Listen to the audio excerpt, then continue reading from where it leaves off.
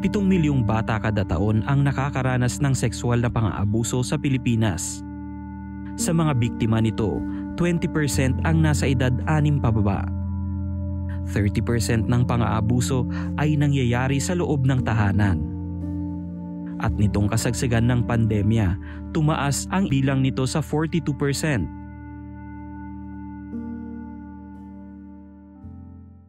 Dahil pabata ng pabata ang nagiging biktima ng sexual abuse, naglunsad ng isang programa ang My Children's House of Hope, Bahay Bata 127.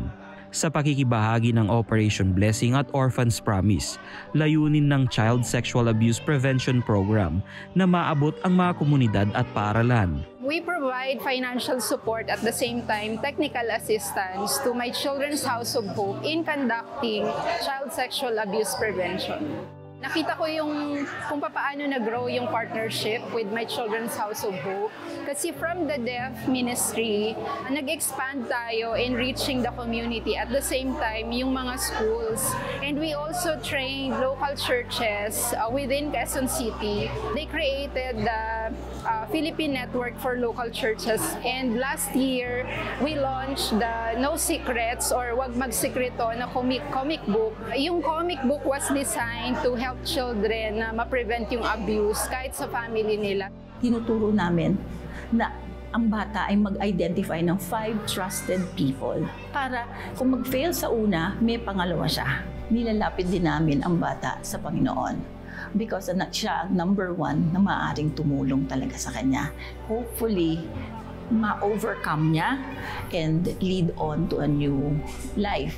Nakita ko po yung sisap na napakaganda na ituro po sa mga bata. Maturuan sila ng Word of God at matutunan din po nila sa pamamagitan ng programang ito kung paano talaga nila po protektahan at iingatan ng kanila pong mga sarili. Kumbaga, ano ba yung unang nagiging hindrance para yung bata hindi siya mag-disclose? Kasi natatakot siya at pwedeng mabigyan ng solusyon ang mga bagay na ito kapag natuturuan natin yung mga bata na hindi sila magsekreto, na mag-open up sila. Bukod sa naabot na ng comic book na Huwag Magsikreto ang buong Pilipinas, ang English translation nito na No Secrets ay umabot na din sa iba't ibang bansa at inaasahang maisalin sa iba't ibang wika.